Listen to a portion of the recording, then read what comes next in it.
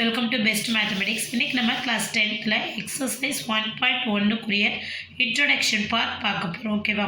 அது பார்க்கறதுக்கு முன்னாடி டைப்ஸ் ஆஃப் நம்பர்ஸ் பற்றி கொஞ்சம் பார்த்துக்குவோம். ஓகேவா?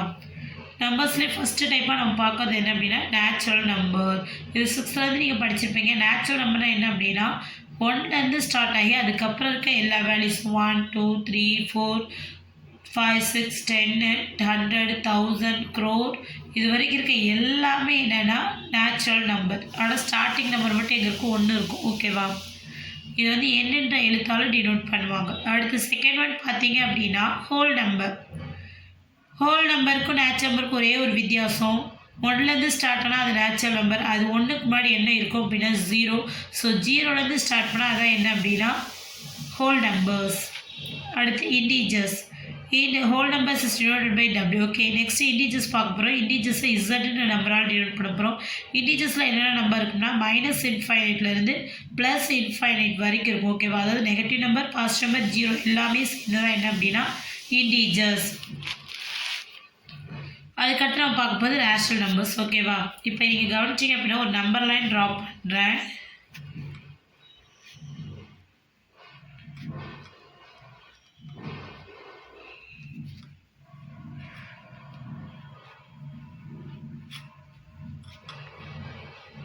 நீங்கள் பார்த்தீங்கன்னா இந்த 1லேருந்து இதுலேருந்து ஸ்டார்ட் பண்ணி இந்த சைடு இருக்க எல்லா நம்பருமே நேச்சுரல் நம்பர்.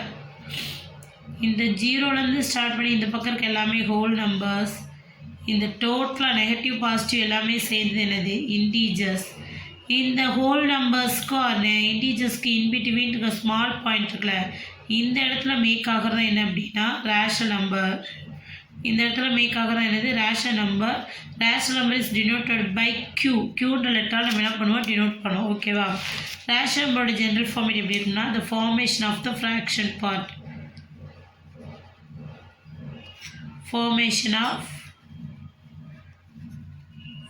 Fraction part. ஒரு நம்பர் ஃப்ராக்ஷன் ஃபார்மேட்டில் எழுத முடியும் அப்படின்னா அதான் என்ன சொல்லுவோம் அப்படின்னா ரேஷனல் நம்பர் சொல்லுவோம். ஃப்ராக்ஷன் மாடல் எழுதுதான் ரேஷனல் நம்பர் சொல்லுவோம். இது P/Q அப்படின்ற ஃபார்மேட் எழுதுவோம். இதில் P-ஓட value is not equal to Q-ஓட value is not equal to 0. ஓகேவா?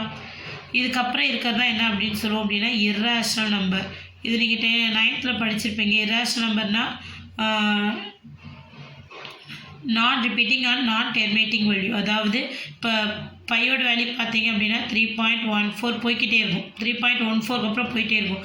இது திரும்பி ஒரே மாதிரி செட் ஆஃப் நம்பர்ஸ் திரும்பியும் வராது, முடியும் வராது. ஓகேவா? போயிட்டே இருக்கும். இன்ஃபைனைட்டாக நம்பர்ஸ் என்ன பண்ணும் அப்படின்னா போய்கிட்டே இருக்கும். இந்த மாதிரி ஒரு முடிவுக்கு வராமல் திரும்ப வராமல் இருக்க நம்பர்ஸ் நம்ம என்ன சொல்லுவோம் அப்படின்னா இராஷனல் நம்பர் சொல்லுவோம். ஃபார் எக்ஸாம்பிள் √2ஓட வேல்யூ, √3ஓட வேல்யூ, இந்த பையோட வேல்யூ, ஆயிலர் நம்பர் ஈயோட வேல்யூ, இது எல்லாமே நம்ம என்ன சொல்லுவோம் அப்படின்னா இராஷனல் நம்பர் சொல்லுவோம். இது Q' அப்படின்றதான் டினோட் பண்ணுவோம். பிகாஸ் இந்த இராஷனல் நம்பர் எதுலைக்கு is not depend upon the rational number. ஓகேவா? இந்த இராஷனல் நம்பருக்கும் ரேஷனல் நம்பருக்கும் ஒன்றுக்கு என்ன இருக்காது, கனெக்டிவிட்டியே இருக்காது. ஓகேவா? ஸோ அதனால தான் வந்து Q' மீன்ஸ் Qனா ரேஷனல் நம்பர் இல்லாததான் என்னதுன்னா இர்ரேஷனல் நம்பர். ஓகேவா? இதுக்கு அடுத்து இருக்க டைப் ஆஃப் நம்பர் தான் என்ன சொல்லுவோம் அப்படின்னா ரியல் நம்பர். ரியல் நம்பர் பார்த்தேன் அப்படின்னா இந்த ரேஷனல் நம்பரும் இர்ரேஷனல் நம்பருக்கும் யூனியன் எடுத்தால் அதுதான் என்ன அப்படின்னா ரியல் நம்பர் அப்படின்னு சொல்லுவாங்க. இது வரைக்கும் உங்களுக்கு புரியுதா? இதில் வந்து பார்த்தீங்கன்னா நேச்சுரல் நம்பர் வந்து ஹோல் நம்பருக்குள்ளே இருக்கும். ஹோல் நம்பர் வந்து இன்டீஜர்ஸ்குள்ளே இருக்கும். இன்டீஜர்ஸ் வந்து ரேஷனல் நம்பருக்குள்ளே இருக்கும். இந்த அடுத்து வருது இதுக்கு அடுத்த டைப் வந்து இர்ரேஷனல் நம்பர். ரேஷனல் நம்பருக்கும் இர்ரேஷனல் நம்பருக்கும் என்ன இருக்காது, ஒரு கனெக்ஷன் இருக்காது. ஸோ இது ரெண்டையும் சேர்த்துல தான் ரியல் நம்பர்ஸ். இது வரைக்கும் தான் நீங்கள் வந்து 10th 11th வரைக்கும் படிப்பீங்க. ரியல் நம்பர்ஸ்க்கு அடுத்த பார்ட் வந்து இமேஜின் நம்பர்ஸ் வரும். அதுலேருந்து காம்ப்ளெக்ஸ் நம்பர்ஸ் வருவாங்க. இது எங்கே பார்ப்பீங்க அப்படின்னா 12th பார்ப்பீங்க. ஓகேவா? 11th வரைக்கும் நீங்கள் எது வரைக்கும் தான் படிப்பீங்க, ரியல் நம்பர்ஸ் வரைக்கும் தான் படிப்பீங்க. ஸோ ரியல் நம்பர்ஸ்க்குள்ள என்னென்ன நம்பர்ஸ் வரும் உங்களுக்கு தெரியணும். என்னென்ன வரும் அப்படின்னா natural number, whole number, integers, rational number, irrational number, இது எல்லாமே சேர்ந்து தான் ரியல் நம்பர்ஸ். இதுக்கடுத்து நம்ம பார்க்கக்கூடியது என்ன அப்படின்னா செட்டுனா என்ன அப்படின்னா set is a collection of well defined objects.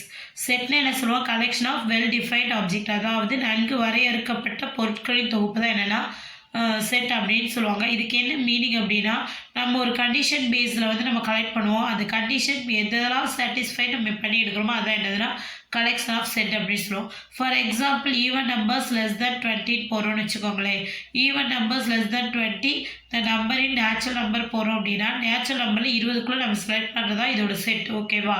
So என்ன நம்பர்ஸ் வரும்? 2, 4, 6, 8, 10, 12, 14, 16, 18, 20 வராது. ஓகேவா? இந்த மாதிரி ஒரு கண்டிஷனை பேஸ் பண்ணி நம்ம கலெக்ட் பண்ணுற ஆப்ஜெக்ட்ஸ் பேர் தான் என்னென்னா செட்டு. இது வந்து லாஸ்ட் இயர் நீங்கள் படித்தது தான். ஓகேவா? அதாவது 2 செட்டுக்கு யூனியன் எப்படி எடுத்தால் எப்படி கிடைக்கும், இன்டர்செக்ஷன் பார்ட் இருந்தால் எப்படி இருக்கும், டிஃப்ரெண்ட் செட்டாக எப்படி இருக்கும், காம்ப்ளிமெண்ட் இருந்தால் எப்படி இருக்கும், இதனால உங்களுக்கு முக்கியமாக தெரிஞ்சிருக்கணும். அப்போ தான் சம்ஸ் போகிறப்போ கொஞ்சம் ஈஸியாக இருக்கும். ஓகேவா? நம்ம இதில் ஃபஸ்ட்டு பார்க்க போகிறது எப்படின்னா ஏ யூனியன் பி. இது வந்து வென் டயக்ராம்லேயே போட்டு காமிக்கிறேன். நான் செட்டுக்கு வேல்யூஸ் கொடுத்து போட்டு காமிக்கிறேன். கவனிங்க. This is set A and this is set B. இது ஏன்ற செட், இது பின்ற செட். இது ரெண்டுக்கும் யூனியன் எடுக்கிறோம்னா எப்படி இருக்கும் அப்படின்னா, ஏன்ற செட்டில் இருக்க எலமெண்ட்ஸே எடுத்துக்கும், பின்ற செட்டில் இருக்க எலமெண்ட்ஸே எடுத்துக்கும், ரெண்டுக்கும் காமனாக இருக்க எலமெண்ட்ஸே எடுத்துக்கும். இதான் என்னென்னா ஏ யூனியன் பி. ஏபி ரெண்டையுமே எடுத்துக்கும். ஃபார் எக்ஸாம்பிள் ஏன்ற செட்டில் வந்து 1, 2, 3 அப்படி நம்பர் இருக்குன்னா, பின்ற செட்டில் வந்து 3, 4, 5 இருக்குன்னா, ஏக்கும் பிக்கும் யூனியன் எடுத்தீங்க அப்படின்னா, ஓகேவா, ஏக்கும் பிக்கும் யூனியன் எடுத்தீங்கன்னா 1, 2, 3, 4, 5 ரிப்பீட்டட் வேல்யூஸ் போடக்கூடாது. 1, 2, 3 எழுதிட்டே 3 இன்னொரு டைம் எழுதக்கூடாது. 4, 5 மட்டும் எழுதி தான் யூனியன் பார்ட். ஓகேவா? அடுத்து இன்டர்செக்ஷன் பார்ட். இதே மாதிரி வென் டயக்ராம் ட்ரா பண்ணுறோம். இது ஏன்ற செட், இது பின்ற set, set A set B. Intersection பார்ட்னா இது ரெண்டுக்கும் காமனாக இருக்க எலமெண்ட்ஸ் மட்டும் எடுக்கிறது என்னது இன்டர்செக்ஷன் பார்ட்டு. இப்போ ஏன்ற செட் எடுத்துக்கிறோம். அதில் வந்து 1, 2, 3 அப்படி எலமெண்ட்ஸ் இருக்குது. பின்ற செட் எடுத்துக்கிறோம்.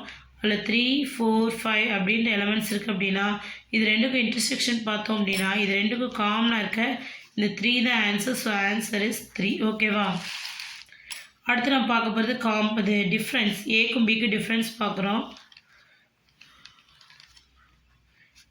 இந்த 2 செட்டுக்கு டிஃப்ரென்ஸ் பார்த்தா ஃபஸ்ட்டு என்ன செட் வருதோ அது மட்டும் தான் ஆன்சர் வரும். செகண்ட் செட் சுத்தமாக வராது. ஏ மைனஸ் பினா ஏல இருக்க எலமெண்ட்ஸ் மட்டும் ஆன்சராக வரதான் என்னதுன்னா ஏ minus B.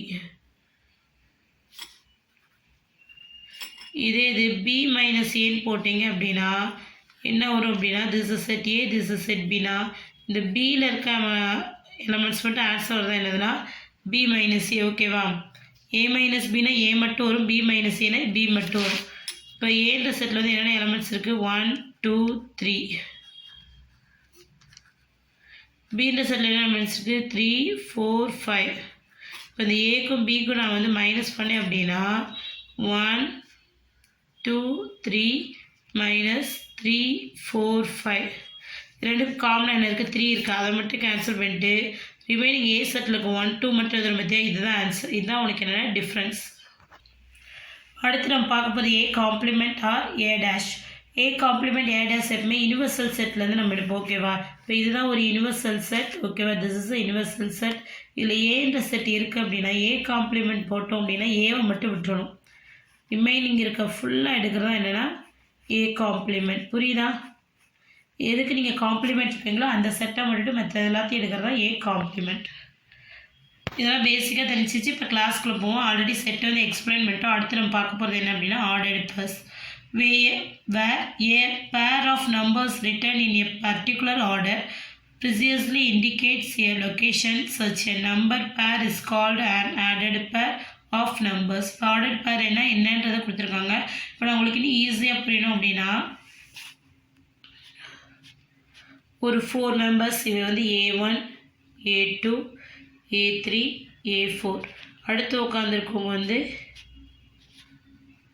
A5, A6, A7, A8. அடுத்து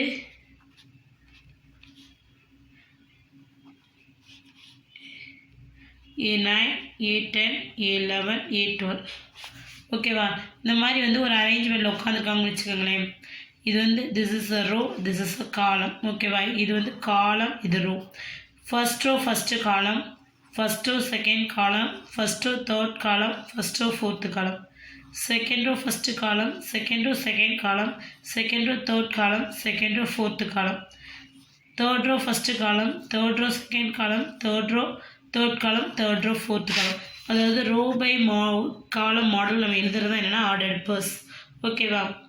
இப்போ நீங்கள் சினிமா தியேட்டர் போயிருப்பீங்க. அங்கே போய் வந்து டிக்கெட் வாங்கினீங்க அப்படின்னா ஏ ரோவில் இத்தனாவது சீட்டு, பி ரோவில் இத்தனாவது சீட் அப்படின்னு சொல்லி கொடுத்துருப்பாங்க. ஓகேவா? ஸோ அந்த ரோ வந்து நேம் வந்து ஏபிசி, அந்த சீட்டோட நம்பர் தான் காலம். ஓகேவா? இந்த மாதிரி இடத்துல நம்ம இப்படி எழுதுறதுக்கு பேர் தான் என்னென்னா ஆர்டர்டு பர்ஸ். அடுத்து நம்ம இதை முக்கியமாக பார்க்க போகிறது என்ன அப்படின்னா கார்ட்டீசியன் ப்ராடக்ட். கார்ட்டீசியன் ப்ராடக்ட்னா என்ன? ரெண்டு செட்டு கடையில் வந்து நம்ம எப்படி வந்து ஆர்டர்டு பர்ஸ் மேக் ஆகுது அப்படின்ற எழுதுறது தான் ordered purse. Sorry, Cartesian product. இப்போ நான் ஏன்ற செட் எடுத்துக்கிறேன் கேரட், பிரிஞ்சால், லேடிஸ் ஃபிங்கர். பீன்ற செட் எடுத்துக்கிறேன் ஆப்பிள், ஆரஞ்சு, கிரேப்ஸ், ஸ்ட்ராபெரி. இப்போ நம்ம வந்து ஒவ்வொரு டைமும் ஒரு ஃப்ரூட்டும் ஒரு வெஜிடபிளும் செலக்ட் பண்ணணும். ஓகேவா? ஸோ இதுக்கு நான் என்ன பண்ணேன்னா ஆரோ டயக்ராம் போடுறேன். This is set A and this is set B. கேரட்டுக்கு வந்து சிஏன்னு எழுதுகிறோம், பிரிஞ்சாலுக்கு வந்து பிஆர்னு எழுதுகிறோம், லேடிஸ் ஃபிங்கருக்கு எல்ஏன்னு எழுதுகிறோம். இங்கே ஆப்பிளுக்கு ஏபி, ஆரஞ்சுக்கு ஓஆர், கிரேப்புக்கு ஜிஆர், ஸ்ட்ராபெரிக்கு எஸ்டின்னு எழுதிட்டேன். ஓகேவா? ஷார்ட் ஆகிட்டேன். நான் இப்போ ஒவ்வொரு தடவையும் ஒரு வெஜிடபிளும் ஒரு ஃப்ரூட்டும் எடுக்கணும். ஏன்ற செட் வெஜிடபிள் செட், பீன்ற செட் ஃப்ரூட் செட். நான் வந்து ஒரு கேரட் ஒரு ஆப்பிள் எடுத்துக்கலாம். ஓகேவா? அடுத்து நான் கேரட்டும் ஆரஞ்சும் எடுத்துக்கலாம். இல்லை அப்படின்னா கேரட்டும் கிரேப்ஸும் எடுத்துக்கலாம். இல்லைன்னா கேரட்டும் ஸ்ட்ராபெரி எடுத்துக்கலாம். இல்லை பிரிஞ்சால் ஆப்பிள் எடுக்கலாம், பிரிஞ்சால் ஆரஞ்சு எடுத்துக்கலாம், இல்லை பிரிஞ்சால் கிரேப்ஸ் எடுத்துக்கலாம், இல்லைன்னா பிரிஞ்சால் ஸ்ட்ராபெரி எடுத்துக்கலாம். இல்லை அப்படின்னா ladies finger apple, ladies finger orange, ladies finger grapes and ladies finger strawberry. ஓகேவா? இந்த மாதிரி ஒவ்வொரு வெஜிடபிளுக்கும் ஒவ்வொரு பழத்தையும் நம்ம லிங்க் பண்ணி எழுதுறது தான் கார்ட்டீசியன் ப்ராடக்ட். இந்த கார்ட்டீசியன் ப்ராடக்ட் வந்து இந்த மாதிரி கிராஸ் போட்டு எழுதணும். ரீட் பண்ணுறப்ப ஏ கிராஸ் பின்னு தான் எழுதணும். எழுதிட்டு எப்படி எழுதணும்? Carrot apple, carrot orange, carrot grapes, carrot strawberry. ஓகேவா? அதே மாதிரி பிரிஞ்சால் ஆப்பிள், பிரிஞ்சால் ஆரஞ்ச், பிரிஞ்சால் கிரேப்ஸ், பிரிஞ்சால் strawberry. Then last ladies finger apple, ladies finger orange, ladies finger grapes, ladies finger strawberry. இந்த மாதிரி நம்ம கலெக்ட் பண்ணி அதை ஆர்டர் பேராக மாற்றி எழுதுக்கு பேர் தான் என்னதுன்னா ஆர்டர் கார்ட்டீசியன் ப்ராடக்ட். அதுக்கு டெஃபினிஷன் கொடுத்துருக்காங்க. If A and B are two non empty sets, நம்ம எடுத்துக்கூடிய ரெண்டு செட்ஸுமே நான் எம்டி செட்டாக இருந்துச்சு அப்படின்னா இந்த set of all ordered pairs A comma B, இந்த ரெண்டு செட்டுகளை நம்ம உருவாக்கக்கூடிய ஆர்டர்டு பர்ஸ் எப்படி இருக்கும்னா such that A in A, B in B. ஃபர்ஸ்ட்டுக்கு ஏ எல்லாமே வந்து ஏன்ற செட்லேயும், செகண்டுக்கு பி எல்லாமே செகண்ட் செட்டில் இருக்க மாதிரி இருக்கும். Is called the Cartesian product. இந்த மாதிரி நம்ம எழுதுறதுக்கு பேர் தான் என்னென்னா கார்ட்டீசியன் ப்ராடக்ட். ஆர்டர்டு பர்ஸில் ஃபஸ்ட்டுக்கு எல்லாமே ஃபஸ்ட்டு செட்டை ரிலேட் பண்ணும், செகண்டுக்கு எல்லாமே செகண்ட் செட்டை ரிலேட் பண்ணும். ஓகேவா? Cartesian product of A and B and is denoted by A cross B. The Cartesian product நம்ம எப்படி எழுதுவோம்? A cross B ன்னு எழுதுவோம். Thus A cross B is equal to A comma B belongs such that A in A and B in B. A cross B நம்ம எழுதுற எல்லாமே ordered பர்ஸாக தான் இருக்கும். இதில் ஃபஸ்ட்டுக்கு எலிமெண்ட் எல்லாமே ஃபஸ்ட் செட்டை குறிக்கும், செகண்டுக்கு எலிமெண்ட் செகண்ட் செட்டை குறிக்கும். இதோட நம்ம என்ன பண்ணிட்டோம் அப்படின்னா எக்ஸசைஸ் 1.1 இருக்க இன்ட்ரோடக்ஷன் பார்ட் பார்த்துட்டோம். இதுக்கு அடுத்து நெக்ஸ்ட் வீடியோ என்ன வரும் அப்படின்னா இதில் இருக்க முக்கியமான நோட்ஸும் ஃபுல்லாக வரும். ஓகேவா? இதில் என்னென்ன பாயிண்ட்ஸ் ரொம்ப முக்கியம் அப்படின்றது வரும். தேங்க்யூம்மா.